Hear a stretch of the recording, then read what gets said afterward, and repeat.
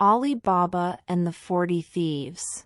A tale from the Arabian Nights. Each evening Ali Baba went out to gather twigs and branches for his wife so that she had enough firewood to cook the stew for dinner. One day, Ali Baba went further than usual to hunt for fallen branches beneath the trees that grew beside the rocky cliffs near the high hills. Suddenly, he heard a great clatter of hooves on the rocky path. He was afraid. He climbed the nearest tree and hid among the leaves. He was well hidden but was able to peer between the leaves. He was astonished to see a long line of men on horseback, riding one behind the other. Ali Baba counted them as they rode beneath the tree where he hid. 1, 2, 3, 4, and many, many more, until he had counted 40. Finally, the 40 riders reached a cliff face. They dismounted and removed the saddlebags from their horses' backs. Ali Baba noticed that the bags were bulging. Perhaps the bags are full of treasure, thought Ali Baba. These men are thieves and robbers. Maybe they are about to hide their loot. The thieves lined up behind their leader. They were right in front of the steep rocky cliff. How silly, Ali Baba thought. There is nowhere to hide treasure here. At that moment, one of the riders spoke loudly. "Open sesame!" he cried. Suddenly, a secret door in the rock opened. The 40 riders entered a hidden cave. They were going to hide the treasure they had stolen. When they were all inside, the leader shouted, "Close sesame!" The secret door closed again with the thieves hidden safely inside. Ali Baba waited, hidden in his treetop until the riders came out of the cave again. He counted carefully to make sure that they were all out. 1, 2, 3, 4, and many, many, many more until he reached 39. Last of all came the leader. When he stood outside the cave, he again said, "Close sesame!" The secret rock door closed. Ali Baba peered through the leaves. He was amazed to see how perfectly the door fitted into the rock. The thieves put the empty saddlebags over their horses. Then they set off, one by one. Ali Baba counted to make sure that they had all gone. 1, 2, 3, 4, and many, many, many more until he reached 40. Then he listened until he could no longer hear any hooves clattering. He was safe. Ali Baba climbed down the tree and walked up to the rocky cliff. He was curious to discover if the magic door would open for him if he said the special word. Would he be brave enough to try? Ali Baba stood there. He looked at the rocky cliff. He thought about all the treasure in the cave, and he thought about the 40 thieves. He couldn't hear anything at all. At last, he decided, "I must be safe now, so I shall be brave and say the magic words out loud." Then Ali Baba went close to the rocky cliff. "Open sesame!" he said. The door opened.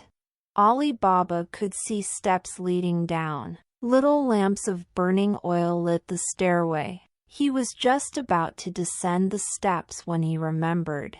The leader of the thieves had spoken 2 words to close the magic door. Ali Baba decided that he should shut the magic door too. It would not be a good idea for anyone else to see the entrance to the cave of treasure. "Close sesame!" he cried, and the magic door slid shut. After that, Ali Baba crept down the stone steps until he reached the treasure cave. He gazed all around in amazement. There were thousands of sparkling jewels in great heaps, diamonds, rubies, emeralds, and every other sort of precious gem. Then there was gold. Ali Baba's eyes grew wide in wonder when he saw the vast piles of gold coins. However, Ali Baba was not greedy. He didn't want the diamonds, or the rubies, or the emeralds. Although Ali Baba was a poor man, he had no desire to take all the gold coins. He wanted just one little gold coin. It would be enough to buy food for himself and his family. So Ali Baba took one small coin and ran back up the stone steps.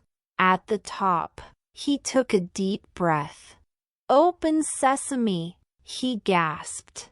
Immediately the magic door opened. With a sigh of relief, Ali Baba hurried outside. Then he turned and called out the magic words. "Close sesame!" The door slid shut. Ali Baba was safe. However, there was something Ali Baba did not know. His brother, Kassim, had also come to find firewood. Kassim had seen Ali Baba come out of the cave and speak some magic words. He had seen the magic rock door close. "Oh, Ali Baba, my brother, what is this magic that I have just seen?" Ali Baba told his brother everything. He warned Kassim that the 40 thieves might return any minute. So they both gathered up armfuls of firewood, and they hurried home, each to their own house. Ali Baba was pleased to have his one small gold coin. His wife was also pleased to have one small gold coin. However, in the house next door, Kassim was not pleased. He was greedy. Kassim told his wife all about his younger brother's adventure. His wife was not pleased. She was just as greedy as her husband. "Kassim," she said, "go back to the rocky cliffs and say the magic words. Go down into the cave and fetch me some jewels and gold coins. I want lots of large gold coins." She gave him a large bag to carry all the treasure. Kassim did as his wife had said. He took the bag and ran back to the rocks. In front of the cliff, he said the magic words, "Open sesame!" When the secret door opened, Kassim hurried inside. He spoke the magic words to close the door. "Close sesame!" The little oil lamps were still alight. Kassim was able to see the stairway that led down to the treasure cave. He ran down the stone steps as fast as he could.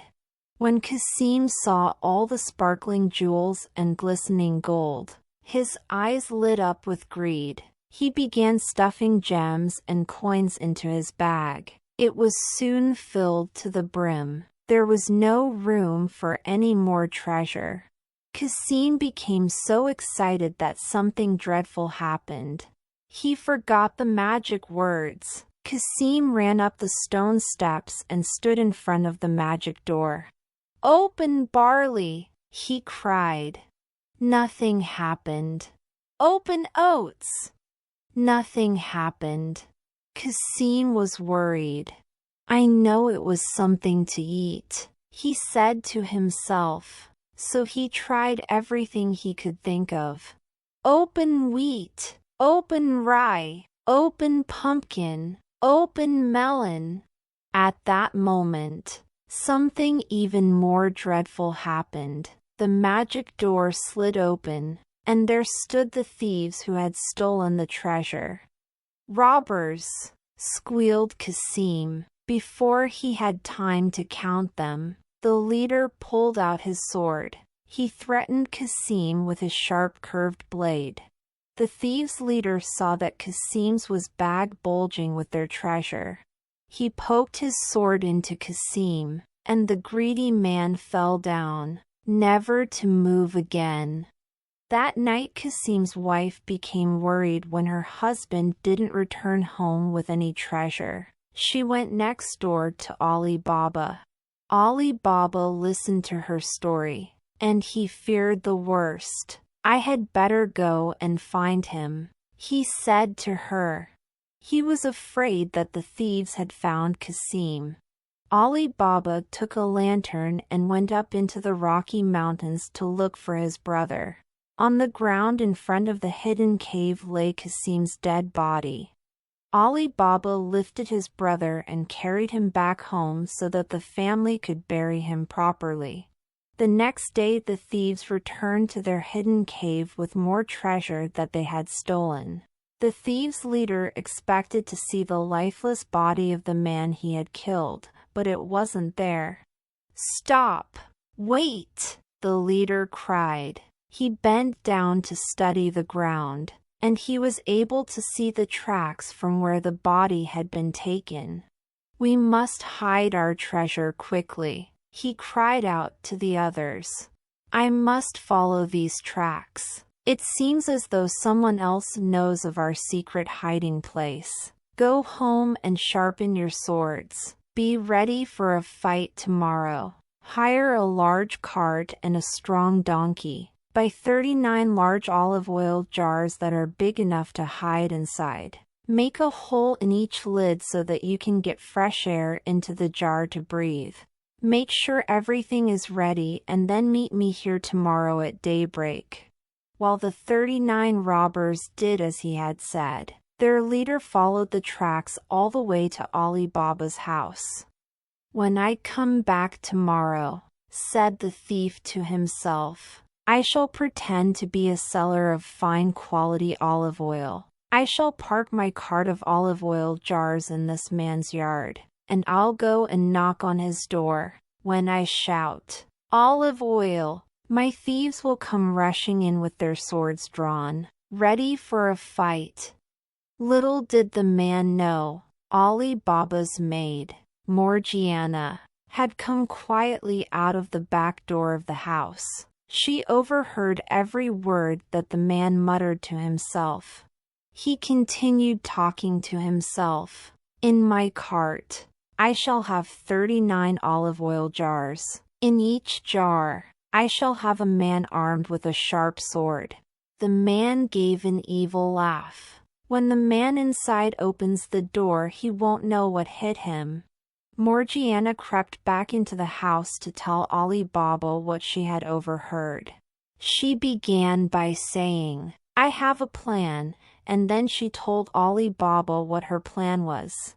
The next day, early in the morning, the thieves met up with their leader. There were 39 enormous jars on the cart. A man hid in each empty olive oil jar. Their leader put a lid on the top of each jar. A sturdy donkey pulled the heavy cart to Ali Baba's house. The thieves' leader parked his cart in Ali Baba's yard. Then he went and knocked on the door. Ali Baba opened the door. "You're an olive oil merchant?" he said. "Splendid. That is just what we need. I shall buy a jar from you. I will pay you a good price. But first, come in and have a drink with us." The man happily accepted a drink, but he didn't know that Morgiana had put sleeping powder into the liquid. Morgiana crept into the yard.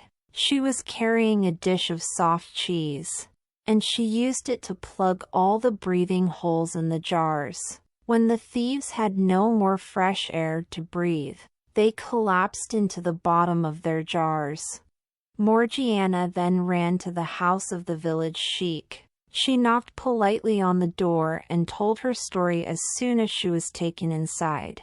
Evil men came to the house of Ali Baba.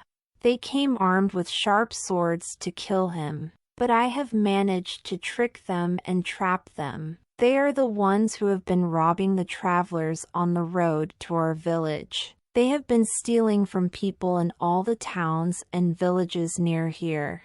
The sheik called on the guards. They went to Ali Baba's house and captured all 40 thieves. "My dungeon is deep and has many chambers," said the sheik. "There is plenty of space to keep them there for a long, long time. Bread, water and a hard stone floor. That's good enough for them. Then the guards went with Ali Baba to bring all the treasure back to the village. The sheik tried to return all the jewels and all the money to their rightful owners. In the end, there was still some treasure left over, so the sheik shared what remained with Ali Baba and Morgiana. Ali Baba's son fell in love with Morgiana. She eventually married him, and so this story had a happy ending for Ali Baba and his family. The voiceover in this video is provided by English Gum. Copying or re-uploading is strictly prohibited.